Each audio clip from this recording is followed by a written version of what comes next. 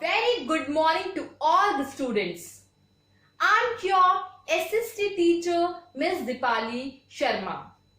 Students, I hope you all are fine and fit. Now students, let's start our today's class with the sentence of the day. Today's sentence of the day is, the roots of education are bitter, but the fruit is sweet. I repeat again, the roots of education are bitter, but the fruit is sweet. Now students, I hope you all have opened your Civics book because we are doing the chapter number 1 of Civics, Understanding Diversity. Before I start with the new topic, let's recapitulate the yesterday's topic. Yesterday, I have explained you about the diversity in India, right?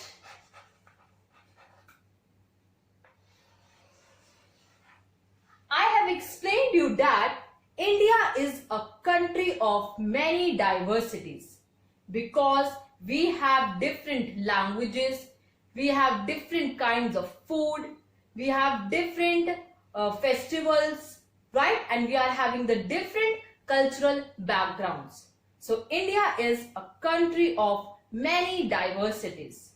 Then I have explained you that how does we explain diversity?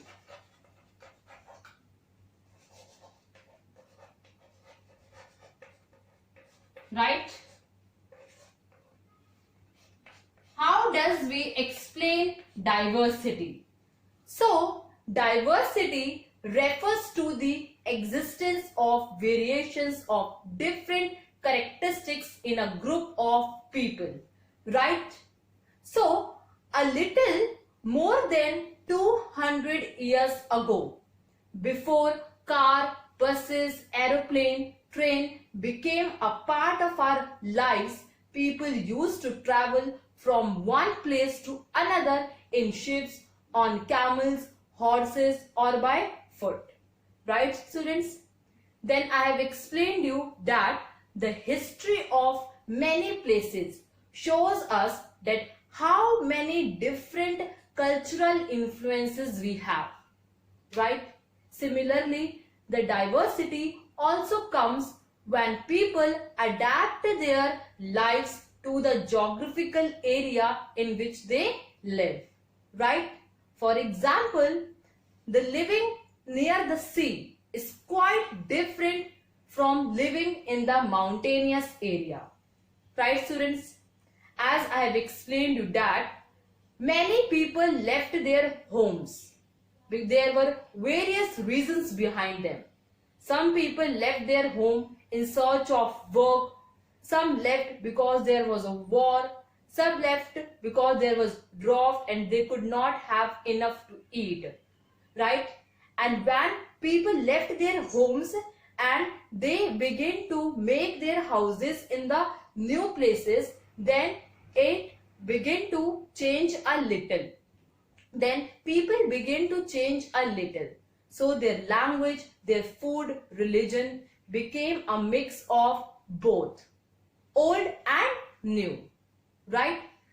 So yesterday I have explained you about the diversity in India and how does we explain diversity. Then I have told you that we will read about the Kolkata and Ladakh. So today we will read about the Ladakh, right? So today we will read about the Ladakh.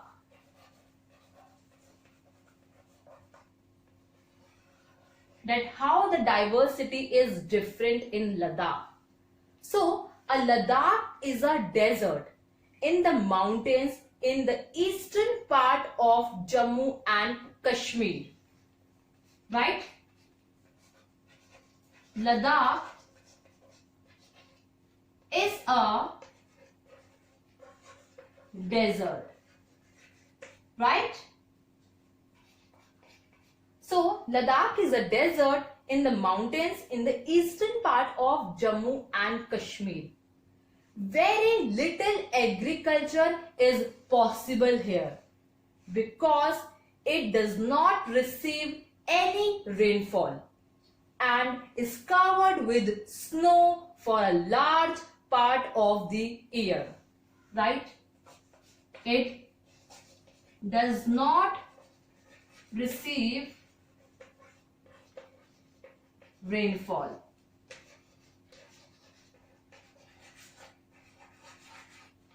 Right?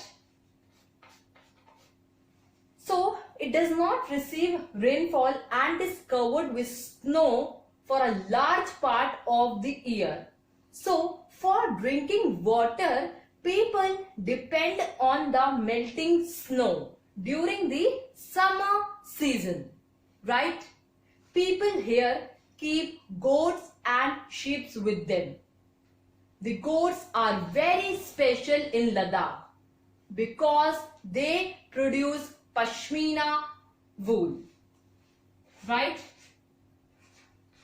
People here keep goats and sheep. Right? So, being a desert, Ladakh, it does not mean that it does not attract the share of traders. It was considered a good trade route. Why? Because it had many passes through which the caravans traveled. Right, students?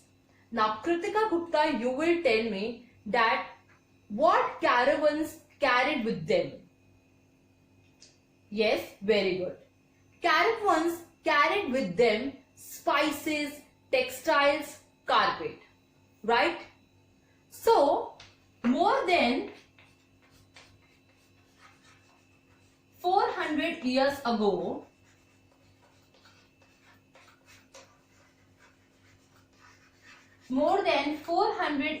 ago, Islam was introduced in Ladakh. Right? Hence, there is a significant population of Muslim in this region. Ladakh is also called a Little Tibet. Right? Now students, I have explained you about the Ladakh. Now we will read this topic through the book.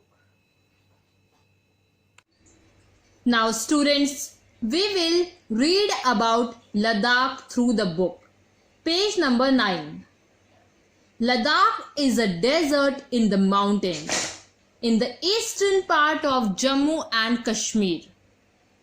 Very little agriculture is possible here since this region does not receive any rain and is covered in snow for a large part of the year. Students, as I have explained you that Ladakh is a desert in the mountains and it lies in the eastern part of Jammu and Kashmir. And very little agriculture is possible here because this region does not receive any rain and is covered with snow for a large part of the year. There are very few trees that grow in this region.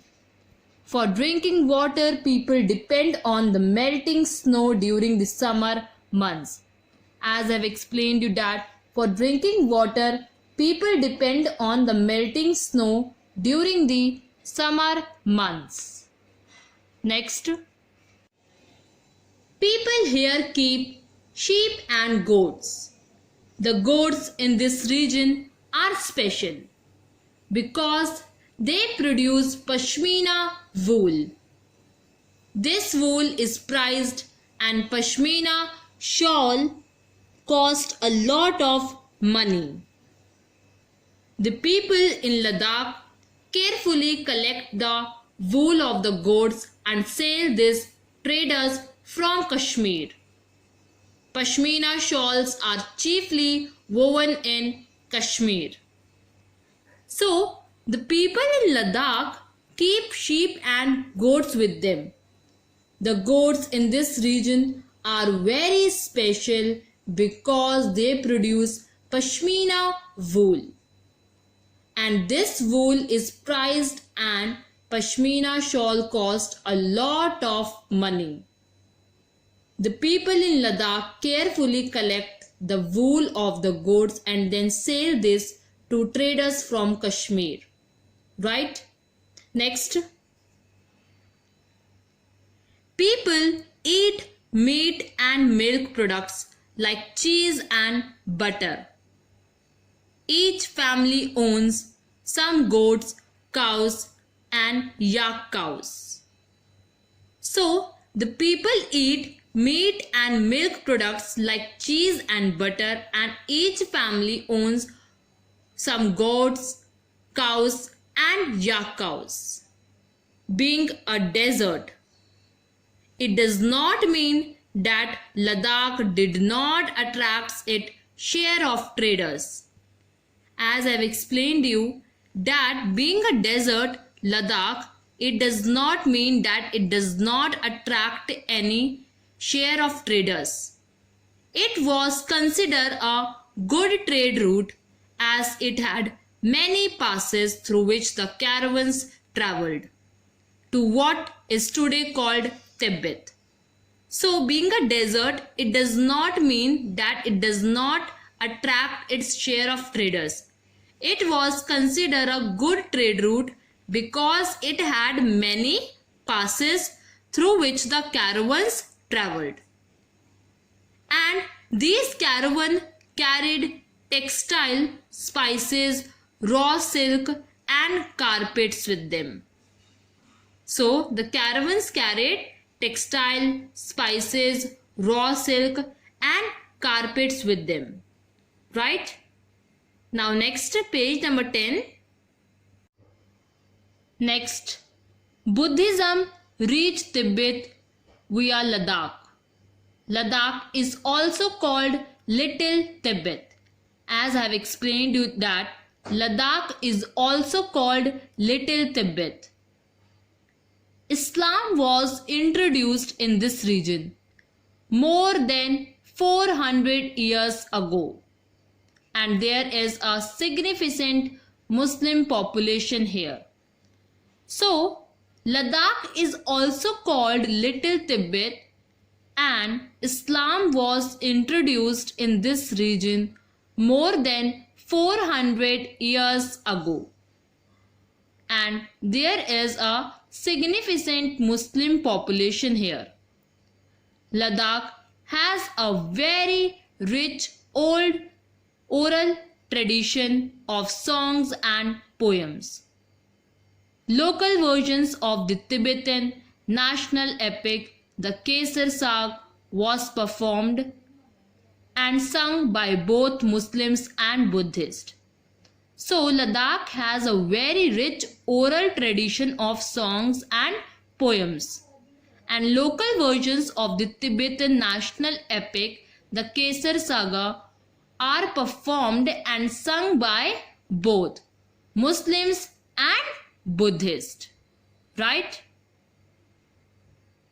Now students, we have read about the Ladakh. So next day we will read about the Kerala. Then we will compare the diversity of Ladakh and Kerala. Right? So students, just recapitulate about the Ladakh. As I have explained you that a Ladakh is a desert in the mountains in the eastern part of Jammu and Kashmir. There is very little agriculture is possible here because it does not receive any rainfall and is covered with snow throughout the year. And during the summer season, people have to depend on the melting snow for drinking water. People here keep goat and sheep with them because goat are very special in this region because they produce pashmina shawls. Right? Ladakh is also called as Little Tibet, and Islam was introduced in this region more than 400 years ago. Now students, now you have to read this chapter. You have to read about the Ladakh. And at last students, whenever I will give you the homework, now you don't have to send your homework on the school app. Now we will give you the dates then when you have to send your notebooks at school. Thank you students. Have a nice day.